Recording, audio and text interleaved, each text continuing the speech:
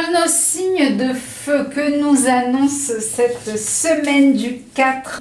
Oh, Pluton, ça démarre très fort. Mais c'est très avec intéressant, tout ça. le fait de transformer les choses, de travailler sur le pouvoir personnel, en lien aussi peut-être avec les changements profonds à effectuer, les peurs reliées au changement, exactement le lien ça. à la mort aussi. C'est très intéressant. La sexualité. Ouais. Et il faut savoir aussi. On en parlait de la sexualité. On en parlait, et d'autant plus que Vénus ce lundi quitte la Balance, donc l'harmonie, le beau, le bien dit, mettre la forme sur les choses, pour aller en Scorpion. Et là, tu nous sors Pluton, direct. La carte des transformations, la carte, comme tu disais, des peurs. Mais c'est aussi justement en lien avec le Scorpion, tu vois, comme quoi. Oui. Ça va demander vraiment d'aller chercher la flamme intérieure. Ouais, c'est ça, la flamme intérieure. Le feu intérieur, la passion, vraiment réaliser ses passions, activer cette énergie. Et le Scorpion, donc Vénus en Scorpion, le Scorpion qui est gouverné notamment par Pluton, c'est vraiment ça, c'est ce besoin passionnel. Alors j'ai Chronos. Ah bah là du coup c'est Saturne. Donc ça nous parle du temps, ça nous parle d'un événement proche qui a vraiment quelque chose à transformer d'une façon la plus rapide possible. De laisser le temps et peut-être aussi d'entrer en introspection plutôt que d'être justement dans cette flamme du Scorpion qui aurait tendance à être quelquefois un peu trash, à s'emballer. Les béliers notamment, qui sont des signes très impulsifs, tout à fait. Qui ont à la fois l'impulsion de vie qui surdimensionnée, mais qui sont dans la réactivité aussi. Donc peut-être les béliers prendre le temps nécessaire, le recul. À la fois, c'est aussi une carte très positive parce que le bélier est du coup très animé par Pluton, mais d'un autre côté, faire attention de ne pas trop s'enflammer peut-être aussi. Oui, ça nous dit d'aller transformer en profondeur peut-être notre relation au temps. Alors moi je suis Lion, donc ça me concerne. C'est ça. Hop, on peut mettre une carte de chaque pour chaque signe. Encore Saturne qui est en lien avec Chronos. Tu vois les transformations. La ruine, donc peut-être transformer ses pensées par rapport à l'échec, parce que le bélier, ce qui est important pour lui, c'est de gagner, c'est de réussir. C'est de se réaliser individuellement, c'est je suis, oui, exactement, et de lâcher derrière lui ce qui n'a pas réussi. Quand il est contrarié, le bélier, ça passe ou ça casse. Ça passe ou ça casse, et justement, il ne se donne pas, il n'est pas assez copain avec Chronos pour se donner le temps de prendre le recul nécessaire. Si ça dure trop longtemps et que c'est trop en profondeur, allez hop, ça va passer vite, on passe à autre chose. Voilà, c'est ça. Et exactement. donc peut-être que ça peut être un bon conseil, les béliers, essayez de mettre un peu de... comment dire, la pédale douce. Ouais, la pédale douce. C'est bien des fois, que ça évite de s'épuiser aussi. C'est ça, exactement. C'est intéressant. Les lions. Je vais prendre une maison pour les lions. Ok. Voilà, pour savoir dans quel domaine, plus précisément, pour les lions. Oups. C'est la maison du lion. Donc ça parle bien des créations. Les passions à réaliser pour le lion sont très très importantes. Donc ça concerne tous ces liens d'amour, passionné, en lien aussi avec les enfants, la créativité, ça parle vraiment de, le lion a besoin de se réaliser dans la créativité, dans toutes ses passions annexes au travail. Et donc il y a l'idée d'aller transformer cette relation au temps. On est dans la phase où on a Soleil et Mars conjoints en Sagittaire. Donc tu parlais de passion. Le Sagittaire, c'est la passion, c'est l'engouement, c'est le partage, c'est faire preuve d'initiative, passer à l'action, c'est être un moteur. Et on sait combien le lion est un moteur. Oui. Un moteur pour rayonner et attirer les foules. Ça dit d'aller transformer au plus profond de soi au niveau du cœur, ouvrir son cœur.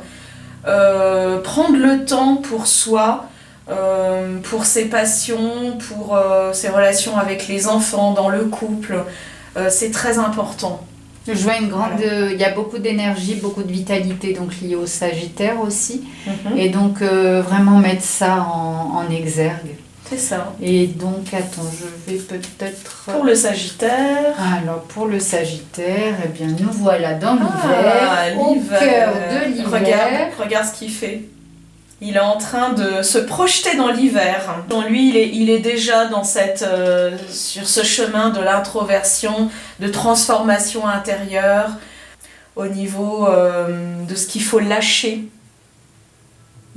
Et aussi aller vers l'autre, parce que le Sagittaire a cette capacité d'aller vers l'autre et de faire profiter de sa bonne humeur. Le Sagittaire, il a cette façon de voir le côté positif des choses, ou de dire que tout va bien, tu vois, de toujours voir la petite étincelle positive. Et d'être un moteur aussi, puisqu'on disait que Mars était en Sagittaire, donc il y a ce côté moteur, malgré que l'hiver, c'est aussi se mettre en introspection, tu vois, ça équilibre un peu les deux énergies, donc c'est très positif. Et là, comme c'est une carte temporelle, l'hiver, donc ça parle vraiment du Sagittaire. Ouais, c'est ça. Au niveau de Chronos, le temps, c'est vraiment un message plus particulièrement pour le Sagittaire d'aller faire des voyages antérieurs, vraiment aller vers cette introspection pour aller transformer en profondeur pour les Sagittaires. Oui, c'est un bon signe. C'est un signe de mutation, donc là il y a vraiment des choses à transformer. Il sait se mettre à la portée des autres. Donc ça c'est intéressant dans une phase de transformation. Si vous avez un Sagittaire à vos côtés, il y aura toujours de l'optimisme. C'est vrai. Alors maintenant les signes d'air. Donc là ça va concerner les Balances, les Verseaux, les Gémeaux. Alors quelle est l'énergie planétaire? La Balance qui était bien avec sa Vénus. Neptune. Alors on est pareil, encore dans une planète transpersonnelle. Donc ça sera bien de l'avoir en maison. Donc ça va nous parler encore une fois du monde intérieur, des rêves à réaliser. C'est aussi l'intuition, c'est tout à fait. La réceptivité à fleur de peau, donc il faut faire attention, peut-être aussi un petit conseil par rapport à... On vient de faire un tirage sur l'actualité notamment et sur le collectif, justement d'avoir cette sensibilité à fleur de peau. Nous invite là à ne pas justement sombrer dans l'aspect dans la réactivité, d'être peut-être plus, de prendre du recul par rapport aux choses, parce que la sensibilité avec Neptune elle est vraiment décuplée. Donc faire attention à vraiment prendre du recul, puisqu'on avait Chronos, je pense que de toute façon ça joue. On a tous quelque chose dans un signe ou un autre, donc ça nous concerne plus ou moins tous, et vraiment de prendre du recul plutôt d'être à fleur de peau et de réagir trop rapidement par rapport justement aux événements qu'on peut vivre.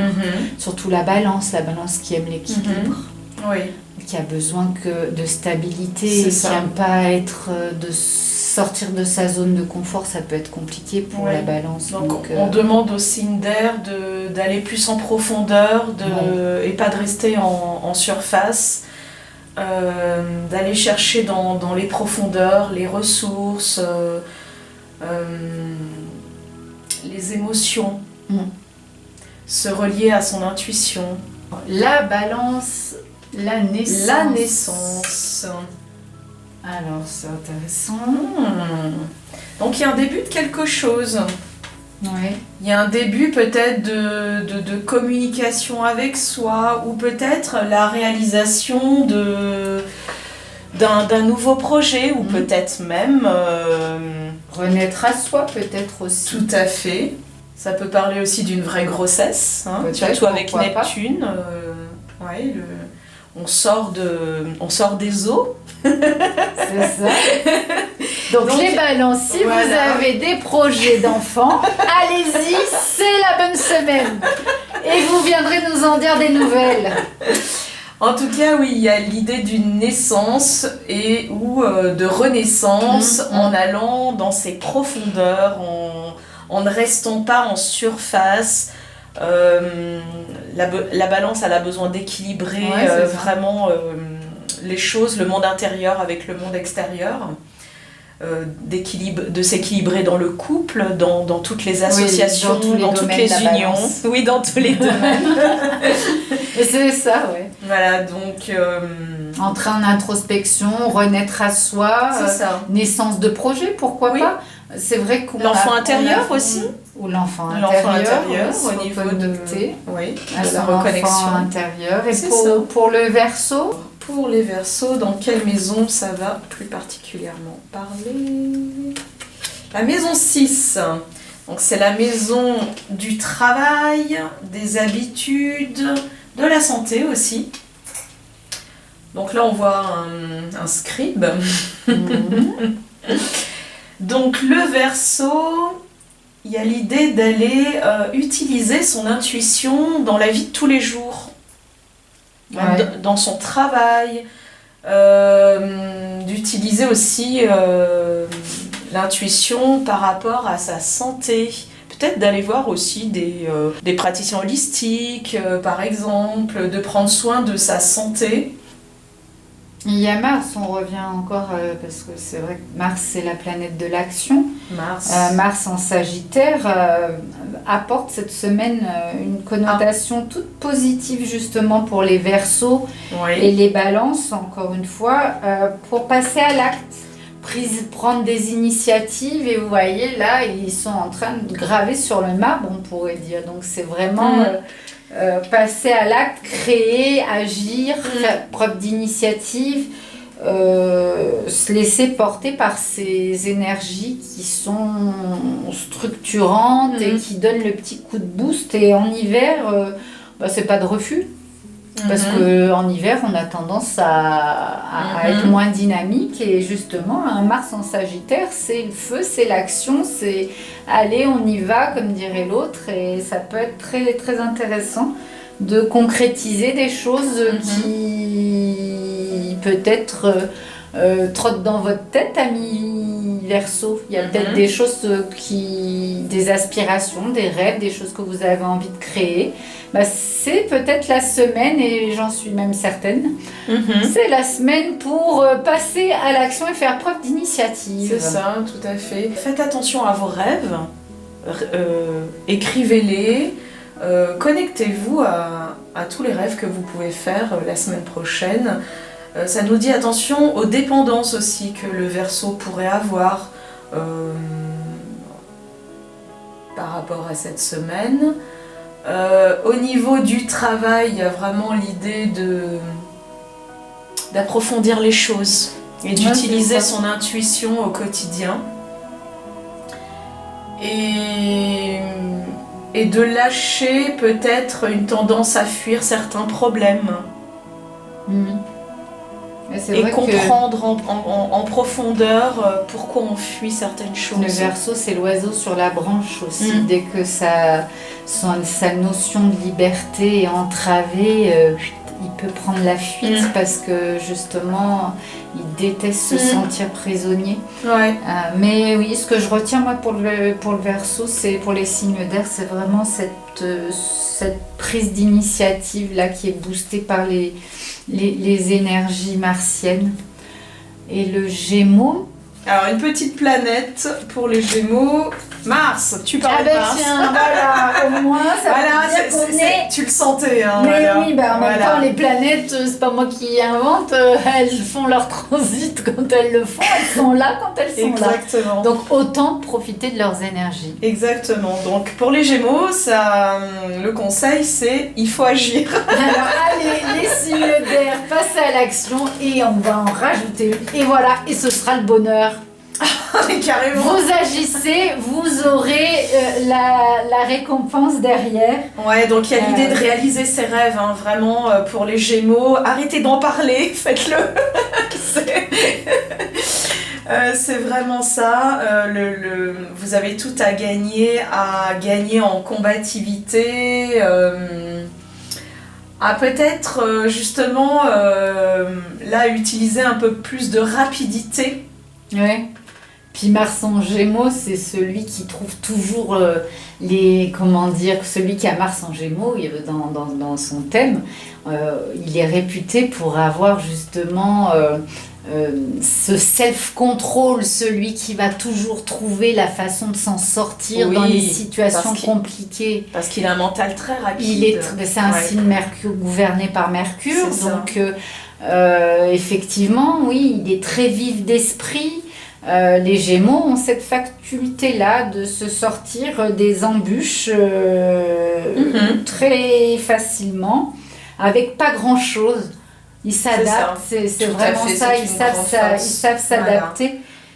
C'est vraiment un signe adaptable et justement, puis ils ont Mercure avec eux, donc c'est aussi la communication. Ouais, c'est ça. Voilà. Donc quand il s'agit de passer à l'action, savoir communiquer, c'est bien. Voilà, donc là ça vous dit vraiment communiquer avec votre inconscient. Écoutez, communiquer en ayant conscience de vos intuitions profondes et écoutez-les. Ça peut être intéressant justement d'écouter ses intuitions quelquefois. Tout à fait. Et les signes d'eau maintenant, est-ce que tu nous prendrais une planète, Sandrine? Alors, et c'est là qu'on sort Vénus. Eh ben non, c'est la pleine lune. Ah, on en vient. Mais ça parle des émotions. Oui, c'est le monde intérieur. On en sort de la pleine lune qui était elle était lundi, elle était en taureau. Ah oui, je pense bien. Voilà. Je pense bien. Donc là, ça nous parle de la semaine prochaine. La pleine lune, elle nous parle de réaliser les choses, encore une fois. Hein. De s'ouvrir au niveau de ses émotions, de ses sentiments. Alors c'est vrai que, par exemple, le cancer, c'est un signe très émotif. Oui, puis c'est vraiment la lune. Tous les signes d'eau sont vraiment reliés à la lune. Voilà, surtout cancer, le cancer est très relié. Voilà, donc là ça dit vraiment osez, faites émerger vos émotions, vos sentiments, parce que c'est juste. Une petite carte pour le cancer. Allez, c'est parti. Pour en savoir un petit peu plus. Les ennemis. Ah. Donc, étant donné que la lune, c'est le monde intérieur, les parts d'ombre, les peurs, avec les ennemis, c'est vraiment... Le cancer est très sensible et se laisse très facilement affecter par les énergies extérieures quand elles sont négatives et même positives. Hein. Ça les rend très euphoriques et les énergies négatives, ils sont très sensibles à ça. Donc attention aux gens, peut-être ne pas porter trop d'intérêt au venin qui peut sortir de la bouche d'autrui. Ça vous permettrait, les cancers, de ne pas vous introvertir, de ne pas vous fermer, parce que souvent le cancer peut fermer les portes quand il est contrarié et quand sa sensibilité est mise à mal. Le cancer est un signe très sensible, très lunaire, donc il y a peut-être cette notion, non? Qu'est-ce que tu en penses? De ne pas se laisser affecter. La pleine lune met en lumière aussi les choses. Donc il y a l'idée aussi de découvrir ses ennemis. Oui. Donc ça peut être une bonne chose justement afin de débusquer les serpents éventuels autour de soi. Oui, de façon justement à débloquer prendre du recul et débloquer, c'est l'introspection la lune aussi, donc prendre du recul et débloquer des situations compliquées, c'est intéressant. Et le scorpion, il nous dirait quoi? Alors je vais choisir. Puisque Vénus est en scorpion, j'insiste. Alors. Parce que c'est pas facile une Vénus en scorpion. On a la maison 2 qui parle d'argent, des finances, des possessions, et ça parle bien aux scorpions justement qui sont souvent dans cette intention de pouvoir matériel. Très forte notion justement au matériel et à l'argent. Au matériel et à l'argent. Très très réaliste à ce sujet-là. Ça nous révèle des choses, des ressources en soi qui pourraient se réaliser, tout ce qui est en lien avec l'immobilier, des réalisations au niveau financier, matériel, pourraient très bien se réaliser la semaine prochaine. Ouais, si donc vous attendez quelque chose. C'est une période intéressante justement pour passer à l'action aussi pour les scorpions. Sans... J'ai bien envie d'en mettre une autre. La pleine lune, elle nous dit aussi de ce qui est bon ensuite de relâcher, de lâcher prise ensuite quand la pleine lune est terminée, et justement elle nous parle de la relation au monde matériel et au pouvoir, à l'ego. Oui, c'est ça. Et puis il faut faire le scorpion. Et surtout pour les hommes. Surtout pour les hommes qui sont dans ces énergies martiennes et qui quelquefois peuvent avoir, de par leur forte intuition et leur capacité à cerner très rapidement les situations, les gens auxquels ils ont affaire, le scorpion peut être tranchant. Il est quelquefois, on va dire sans pitié, limite. Hein, ça se peut, oui. S'il aime quelqu'un, tu le sais. S'il t'aime pas, le scorpion, tu le sais aussi. Il n'y a pas de demi-mesure. Donc, mettre peut-être plus de tempérance, et justement avec la lune... qui est plus féminine. Voilà, qui est plus féminine. Ne pas forcément être le guerrier martien. Et accepter ses émotions. Voilà, parce que comme il y a des fortes énergies avec Mars en Sagittaire, ce signe de feu, qui risque de donner peut-être une impulsion. Lâcher la possessivité. Oui, la possessivité, avec Vénus en Scorpion, justement, il y a cette notion de passionnel et de relation. Oui, le Scorpion peut être très possessif. Donc, effectivement, peut-être aussi... faire plus attention, être moins tranchant, moins aiguisé, et mettre plus de douceur dans la façon d'appréhender les choses et de s'adresser aux autres souvent. Que nous dit le poisson? Alors, le poisson, je vais tirer une petite carte planétaire. Alors, le poisson... Le nœud sud. Ah, le nœud sud. Ça, tu vois, son lien avec la lune. Donc, vraiment, ça nous parle justement des ressources que l'on a grâce à notre expérience de vie et des vies antérieures. Et ça nous dit de les mettre, de les réaliser justement, en fait, on est un peu dans cette zone de confort dans la semaine prochaine pour les poissons. Il y a l'idée de se servir de toutes ces capacités. Il y a une protection, comme une protection justement, pour servir, comme tu dis, de ces capacités. Saisir les opportunités. C'est ça, utiliser son intuition afin de réaliser avec facilité... Forte énergie créatrice. Le nœud sud, c'est aussi sur quoi il faut lâcher prise, ce qui n'a plus lieu d'être, justement pour tendre.